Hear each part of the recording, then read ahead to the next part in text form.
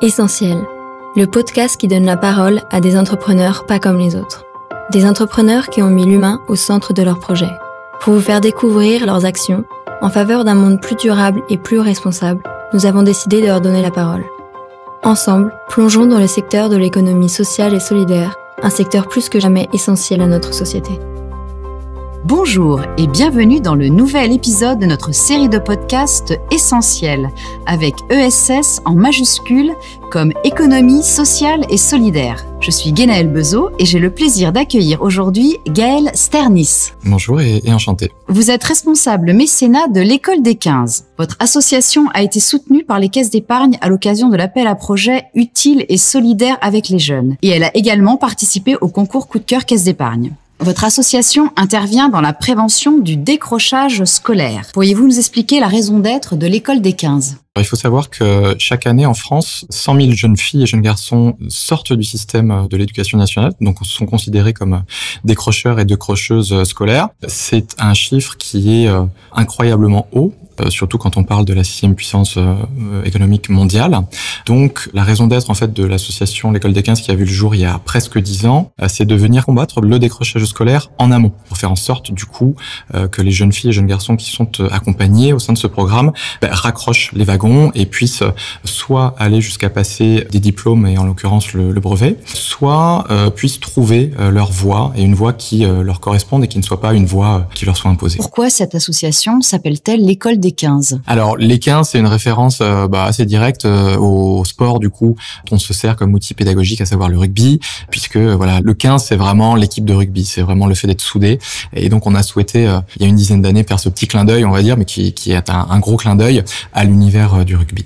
L'École des 15 intervient dans quelle ville ? Alors, aujourd'hui, l'École des 15 est une association qui fonctionne sur le principe d'antennes, qui sont du coup disséminées un petit peu partout sur le territoire. On est une jeune association et pour l'instant, on est présent sur 3 villes en France, à savoir Marseille, Aix-en-Provence et puis Saint-Étienne, qui est la dernière ville au sein de laquelle on a créé une antenne l'année dernière. Mais on a vraiment vocation à essaimer pour nous permettre en tout cas de proposer ce programme-là à beaucoup plus de jeunes. Et donc l'idée dans les années à venir, c'est vraiment de pouvoir créer des antennes un peu partout en France, sur tous les territoires, ou en tout cas partout où le besoin est présent. Et quand je dis ça, en vrai, le besoin il est présent absolument partout, dans toutes les zones dites QPV, c'est-à-dire les territoires un peu sensibles, puisque le décrochage scolaire est un phénomène qui touche énormément les jeunes filles et jeunes garçons qui habitent dans les quartiers difficiles. Selon votre expérience, quelles sont les problématiques qui conduisent des jeunes à décrocher scolairement ? Le premier, c'est un facteur social. Le fait d'être issu d'un environnement économiquement et socialement touché,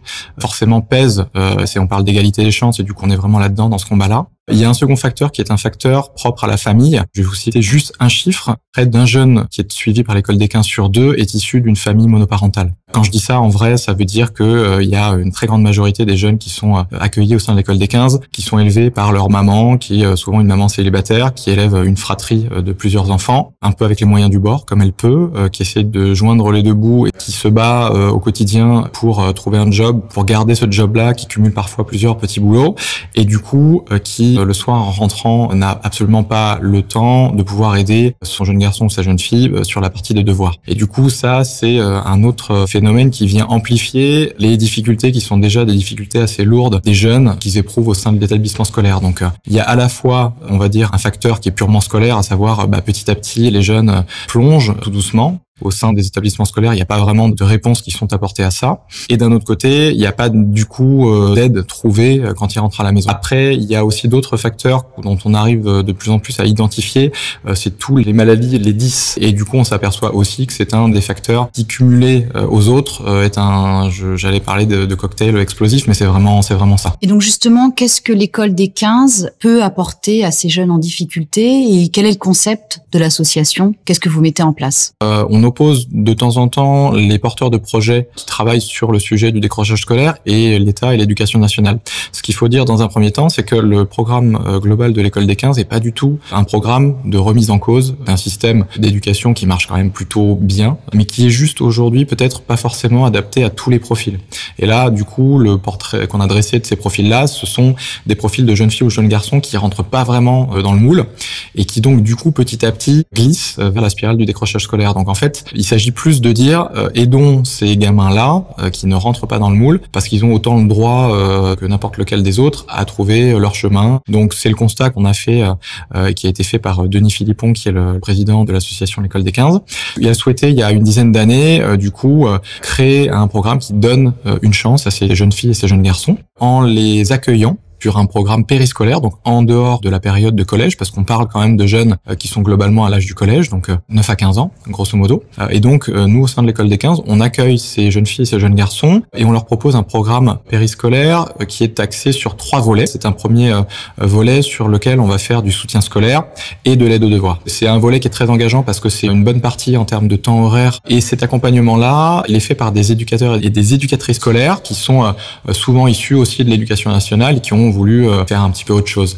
On est en capacité à l'École des 15 de mettre un adulte pour 3 ou 4 enfants maximum. Avec l'expérience maintenant des 10 ans, on a vu que c'était justement le fait de passer beaucoup de temps de manière très personnalisée avec chaque jeune fille et chaque jeune garçon qui d'une permettait de bien la connaître et de pouvoir du coup adapter la meilleure manière finalement de traiter l'apprentissage avec ce jeune garçon ou cette jeune fille. Le deuxième volet, c'est un volet social. Ça veut juste dire, et à la fois c'est assez important aussi, qu'on va essayer de prendre le jeune garçon ou la jeune fille dans sa très grande globalité et déjà de passer pas mal de temps à échanger avec lui, donc à l'écouter. Et ça, c'est pas forcément toujours des schémas que eux connaissent, malheureusement, dans leur sphère privée, dans la sphère de l'école. Du coup, c'est devenu un petit peu compliqué pour eux. Donc, on passe pas mal de temps à les écouter, à discuter avec eux, à leur poser beaucoup de questions. Il y a des temps, notamment, on appelle les temps sociaux les temps de repas, puisque les jeunes viennent prendre un certain nombre de repas au sein de la semaine, au sein de l'École des 15. Donc, c'est des temps qui sont assez structurants et sur lesquels, voilà, on apprend aussi à les connaître et ça nourrit les autres temps sur lesquels,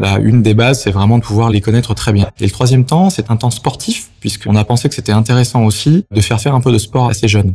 Alors, on a pensé au rugby, c'est un sport collectif, ce qui est déjà plutôt très intéressant d'un point de vue pédagogique. C'est un sport qui véhicule quand même plutôt des jolies valeurs. Et du coup, le fait de nous mettre ensemble des jeunes filles et des jeunes garçons, c'est déjà un premier obstacle sur la partie égalité des chances et un premier tabou qui est parfois brisé pour certaines jeunes filles et certains jeunes garçons. Et le fait de les mettre ensemble autour d'un terrain de rugby est très intéressant d'un point de vue pédagogique. Et on s'est aperçu avec l'expérience que souvent, ce temps-là nourrit vraiment les deux autres parce que les nouveaux venus au sein de l'École des 15, la première fois qu'on les met sur un terrain de rugby, alors évidemment, ils n'ont jamais pratiqué le rugby et parfois, il y a quand même, juste avant d'aller pour la première fois sur le terrain, il y a une grosse appréhension. Et l'appréhension est très vite levée. Et ce qui est intéressant aussi, c'est que la toute première fois, en fait, qu'on les confronte à certaines règles de ce sport-là, toute la partie compréhension des consignes et application des consignes, elle est quasiment instantanée. Elle est très très bien faite. Et du coup, pédagogiquement, ce qui est super intéressant, c'est de se dire à l'issue de la première session de rugby, c'est de leur dire à eux, si tu as été capable de comprendre dès le premier coup et d'appliquer dès le premier coup une consigne sur un terrain de rugby,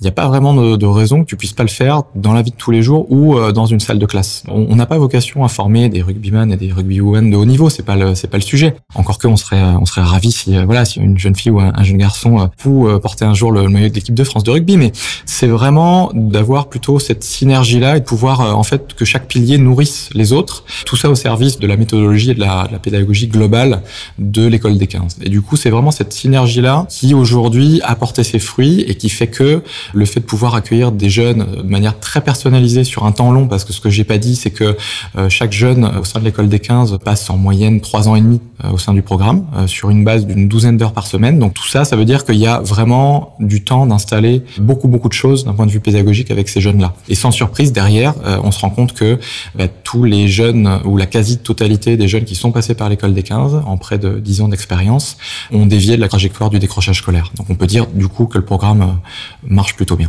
Donc votre programme intervient en complément du système scolaire, m'aviez-vous dit lors de l'entretien préparatoire.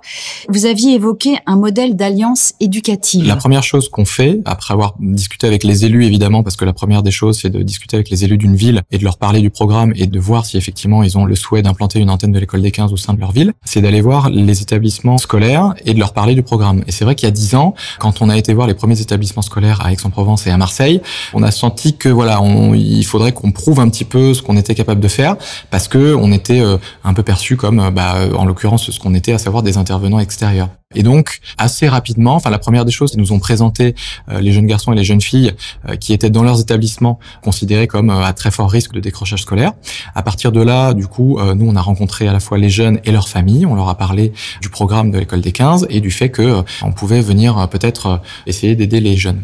Et donc, à partir de ce moment-là, certains jeunes ont intégré l'école des 15 et de fil en aiguille, mais de manière relativement rapide, les établissements scolaires qui étaient partenaires se sont rendus compte en fait du fait que les jeunes filles et les jeunes garçons revenaient chez eux un peu plus légers. C'était un peu moins difficile pour eux, ils subissaient un petit peu moins l'école, ils avaient un rapport avec l'apprentissage, un rapport avec eux-mêmes et un rapport avec les adultes qui était un peu plus sain. Et petit à petit, en fait, du coup, ils sont vraiment aperçus de l'utilité pour les jeunes de suivre le programme de l'école des 15. Ce qui fait que on a été effectivement jusqu'à passer du coup des partenariats avec les établissements scolaires et c'est là où on parle vraiment d'alliance éducative.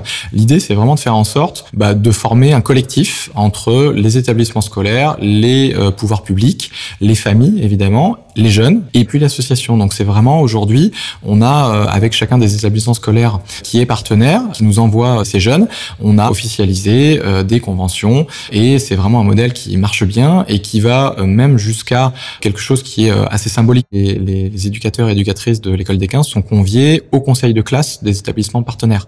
Et à notre connaissance, c'est vraiment la seule fois qu'un intervenant extérieur vient être intégré sur ces réunions-là.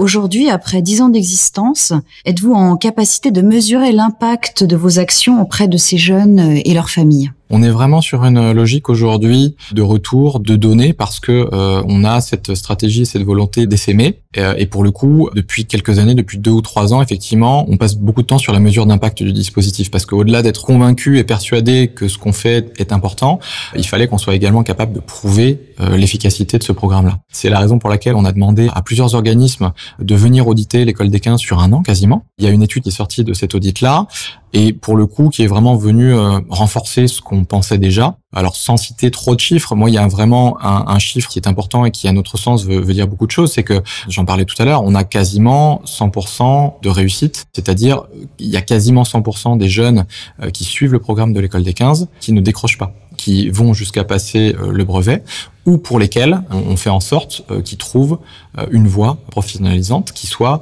une voie qui soit choisie et non pas subie. Donc le programme de l'école des 15, il a quasiment 100% de réussite. C'est à la fois une grande satisfaction, mais c'est aussi du coup une volonté de pouvoir faire en sorte que beaucoup plus de jeunes et beaucoup plus de familles puissent profiter de ce programme-là, parce qu'on accueille aujourd'hui en moyenne une 50aine de jeunes par an sur chacune des antennes. Et quand on met ces chiffres-là en rapport avec le chiffre que je vous ai cité au tout début de ce podcast, à savoir 100 000 jeunes qui décrochent chaque année, on est encore très loin du compte. Et donc, voilà, on a cette volonté de pouvoir accueillir beaucoup plus de jeunes dans le futur. Et d'ailleurs, justement, est-ce que vous pouvez nous évoquer l'expérience d'un jeune suivi par l'école des 15 ? Il y a de plus en plus de belles histoires qui se créent au sein de l'association, mais c'est vrai qu'il y a une histoire qui est assez chouette dont on aime bien parler. C'est l'histoire de Pascal, qui était en très grosse situation d'échec au sein de son école à Aix-en-Provence, qui a intégré l'école des 15. Et alors, il avait, disons que on va dire les résultats, notamment sur ses notes scolaires, se sont pas forcément fait ressentir tout de suite. Mais globalement, la première des choses aussi pour nous, c'est de faire en sorte que les jeunes qu'on accueille se sentent mieux dans leur basket. Et bizarrement, souvent, si les jeunes se sentent mieux dans leur basket, il y a quasiment tout le reste qui se passe mieux dans le temps. Pascal, petit à petit, a intégré l'association et dans la dernière année de ce programme-là, on met vraiment l'accent sur la formation parce qu'on veut être en capacité aussi de faire en sorte d'aider les jeunes filles et les jeunes garçons qui passent par l'école des 15 à choisir cette orientation-là. Donc on fait en sorte de faire prendre conscience que rien n'est inaccessible pour eux et que s'il y a des métiers dont ils rêvent et dont ils rêvent même secrètement et pour lesquels souvent ils nous disent non mais moi je suis nul, j'y arriverai pas, ce métier-là est pas fait pour moi. Voilà, c'est aussi l'estime de soi, c'est aussi un sujet qu'on essaye de traiter beaucoup avec eux. Et donc, au sein de la dernière année du programme de l'école des 15, Pascal avait effectué une visite avec tous les jeunes de l'école des 15 au sein d'une pâtisserie qui faisait partie d'un réseau de pâtisseries partenaires à l'époque de l'association. Et il a très vite mûri le projet professionnel en fait d'artisan chocolatier suite à cette visite-là. Et du coup, évidemment qu'on on a essayé de l'aider, de le soutenir dans ce projet-là. Et Pascal a assez peu de temps après son départ de l'école des 15, a commencé une formation de pâtissier, je crois, qui est une formation de 2 ou 3 ans. Là, je crois me souvenir qu'il est en fin de cette formation-là. Et si tout va bien, logiquement, la formation qui suit actuellement va lui permettre de pouvoir potentiellement réaliser son rêve et de devenir artisan chocolatier. Et l'histoire, elle est très belle aussi parce que le petit frère du coup de Pascal suit le programme actuellement de l'école des 15 dans l'antenne également d'Aix-en-Provence. Et ça va même un petit peu plus loin puisque on suit aussi leur maman sur de l'aide à la parentalité, puisque leur maman est une maman célibataire qui est infirmière de profession. Et donc voilà, ça fait aussi partie des choses qui sont pas forcément au départ dans l'ADN de l'association, mais pour le coup, on a une bonne connaissance de l'environnement et c'est aussi le fait d'aider les parents qui constitue quelque chose d'assez vertueux et qui profite aussi aux jeunes et à tout leur écosystème. Donc l'histoire, elle est chouette avec cette famille-là. Ouais. Parlons un petit peu de vous. Vous avez 15 ans d'expérience dans le marketing, la communication et le développement commercial. Et en 2019, vous vous tournez vers le secteur associatif. Pourquoi ce changement de cap ? C'est quelque chose qui m'est arrivé dans ma vie personnelle, qui m'a profondément affecté et qui, du coup, en prenant un petit peu de recul, m'a fait prendre conscience que j'avais la chance de faire un job merveilleux et que je pouvais peut-être, à ce stade de ma carrière, mettre ce que j'avais appris et mes compétences au profil d'une cause qui me soit un petit peu chère. Et c'est vrai que la cause qui m'anime, c'est vraiment la cause des enfants. Très rapidement, je me suis tourné autour de l'économie sociale et solidaire, sur de la collecte de fonds, sur du mécénat. Donc c'est quand même plutôt ce que je faisais avant, mais pour d'autres causes, on va dire. Je me suis tourné vers ce métier-là, qui est incroyablement gratifiant puisque ce qu'on fait chaque jour, on le fait pour une cause qui est plutôt une belle cause. Et c'est vrai qu'on se pose pas la question de la fameuse quête de sens, qui est une question qui touche beaucoup les gens de ma génération à ce stade-là de notre carrière. Donc aujourd'hui, j'ai la chance de faire à la fois le métier que je sais faire, que je connais, que j'aime faire, et en plus de ça, effectivement, j'ai la chance de pouvoir le faire à la fin de la journée en me disant j'ai peut-être du coup indirectement pu aider quelques jeunes filles et jeunes garçons. Votre association a participé au concours Coup de cœur Caisse d'épargne en 2022. Qu'est-ce que cette expérience vous a apporté ? Ce qu'il faut dire déjà, c'est que les liens entre l'école des 15 et la CEPAC sont vraiment des liens historiquement très forts, puisque ça a été un des premiers partenaires privés qui nous a soutenus dès le lancement de l'association il y a une dizaine d'années. C'est important pour nous aussi parce qu'on est une petite association d'une vingtaine de salariés. On a la chance aujourd'hui de pouvoir compter sur un certain nombre de partenaires privés et public, mais on a vraiment en tête le fait de pouvoir changer d'échelle, et ce changement d'échelle-là, il est possible qu'avec l'aide de gens bien intentionnés, et ça a vraiment été le cas de la CEPAC, à la fois d'un point de vue financier, puisque évidemment il faut des fonds pour pouvoir changer d'échelle, et au-delà de ça, la CEPAC, dans le cadre effectivement de ce concours-là, mais comme elle le fait à chaque fois pour l'école des 15, a vraiment mis son réseau au service de l'école des 15, et notamment le gros coup de projecteurs sur l'école des 15 qui a fait partie de ce concours-là a été assez formidable pour nous. J'ai l'impression que vous n'allez pas vous arrêter en si bon chemin. Est-ce que vous pouvez nous parler d'éventuels projets ? L'école des 15, du coup, fêtera ses 10 ans l'année prochaine. On a à la fois la volonté de pérenniser les 3 antennes actuelles, parce qu'on est sur un programme long, donc du coup, il faut qu'on soit en capacité de faire en sorte de continuer à aider les jeunes sur la durée. Donc ça passe vraiment par le fait d'ancrer, on va dire, dans le marbre les 3 antennes actuelles à Aix-en-Provence, Marseille et Saint-Étienne. Et comme du coup, on a vraiment cette volonté-là d'accompagner beaucoup plus de jeunes filles et de jeunes garçons, dans les mois à venir, ça passe par la création d'une ou de 2 nouvelles antennes sur tous les territoires, un peu partout en France. Merci beaucoup d'être venu témoigner au micro d'Essentiel et on vous souhaite bonne chance dans la réalisation de tous ces beaux projets et ainsi qu'à tous les jeunes que vous suivez. Merci beaucoup et puis merci de votre accueil. Et si vous souhaitez en savoir plus sur cette association, rendez-vous sur www.écoledesquinze.com. Vous pouvez également visiter notre site internet pour en savoir plus sur le soutien qu'apportent les caisses d'épargne aux acteurs de l'ESS. À bientôt!